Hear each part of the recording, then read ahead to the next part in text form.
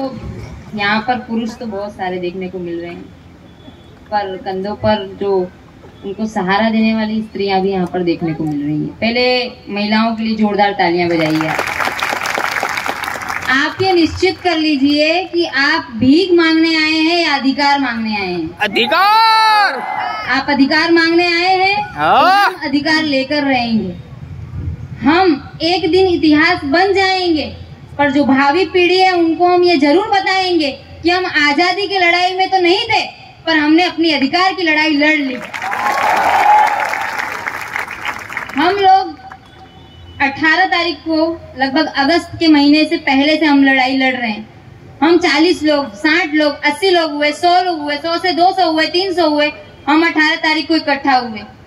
हमारी एकता को तोड़ने के लिए कई प्रयास किए गए। हम नवसारी गए। नवसारी पर मैंने आह्वान किया कि हम गांधीनगर से 40 लोग ही आए हैं, आप आइए, हमारा साथ दीजिए। और ये बात सच साबित हुई। हम मानते हैं, किसी ने कहा था कि हमारी छाती 56 की है, पर आज यहाँ पर बैठने वालों की छाती 56 की है। हम आपके जबान का लोहा आज मानते हैं सर। हम आपके आगे सर झुकाते हैं सर। हम आपको नमन करते हैं, क्योंकि नेता वो नहीं जो एसी के रूम में बैठकर बकवास करता हो। नेता वो है जो जनता के बीच बैठता है। सर, हम जनता है, इसका अर्थ ये नहीं कि आप हमें करार पर नौकरी देंगे। सर, आप सेवक है, इसलिए आपके पास करोड़ों की संपत्ति है। सर, आप सेवक है, आपके बच्चे कहाँ पर करार पर नौकरी कर रहे हैं। सर, आप सेवक हैं, आपको एसी का रूम चाहिए, हमें नहीं। हम जनता है, हम देश के मालिक है सर, फिर भी आज हम सड़क पर हैं। हम मालिक हैं, हमने आपको सेवक बनाया, आप मालिक बन बैठे। आपने हमें ये कहा कि लेना हो तो लो, नहीं तो घर जाओ। क्या हम भीख मांगने आए थे आपसे? क्या वैकल्पिक अवस्थाएं स्कूल में इस वक्त नहीं चल रही हैं? प्रवासी शिक्षक हैं या नहीं? हाथ उठा के बताइए आप। आपके 33 जिलों में प्रवासी शिक्षक भूमिका अदा कर रहे हैं या नहीं? 10-500 में 60,000 की नौकरी करने वाले अध्यापक की भूमिका एक प्रवासी शिक्षक निभा रहा है। उसका खूब शोषण किया जा रहा है। वो भी उतनी ही आवक रखने का, समान वेतन प्राप्त करने का अधिकार रखता है। सर, आपने 6-6 वर्ष बाद एग्जाम ली। सर, हमारा वनवास कब खत्म होगा? राम को तो 14 वर्ष का वनवास वचन की खातिर उन्होंने निभाया था। सर, हमने क्या किया है? हमारे तो कहीं केकई माता भी नहीं है, हमारी तो कौशल्या माता ही है। हमें रोकती है यहाँ पर आने से। हम जब घर से बाहर निकलते हैं ना, तो मेरी माँ मुझे बोलती, नेहा किसी को कभी अशब्द मत बोलना। पर जिस मंत्री ने हमें कहा है ना कि घर चले जाओ, लेना हो तो लो, नहीं लेना। सर, आपने अपने शिक्षा का प्रमाण तो दे दिया। हम शिक्षा के साथ संस्कार वाले इंसान हैं। सभ्यता में ही बात करेंगे सर, क्योंकि ये हमारे संस्कार नहीं, शिक्षा के साथ साथ हमारे माँ बाप ने हमें संस्कार भी दिए। हम जब गांधीनगर में यही टी शर्ट पहन के सफाई कर रहे थे, तो एक पुलिसकर्मी ने कहा कि ये टी शर्ट उतार दो। एक व्यक्ति ने हमें कहा कि अग्निवीर का कुछ नहीं हुआ तो तुम्हारा क्या होगा। हमारा उत्साह तोड़ने के लिए कितने लोगों ने हमें कहा कि ये बस बंद करो।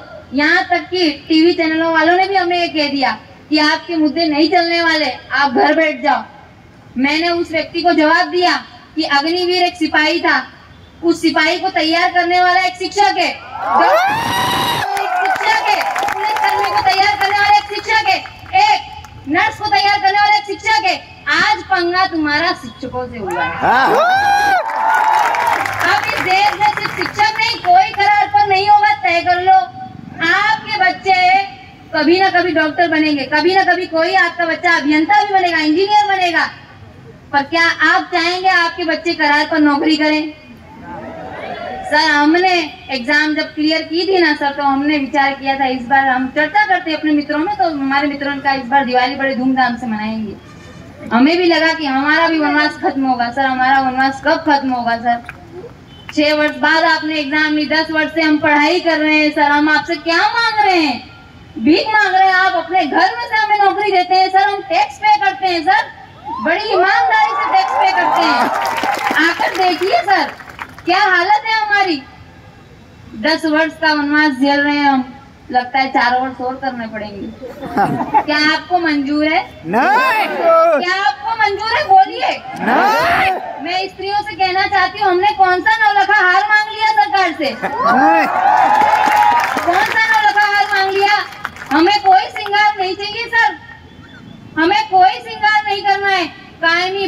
की और आत्मनिर्भर बन के जीना ही हमारा श्रृंगार है सर।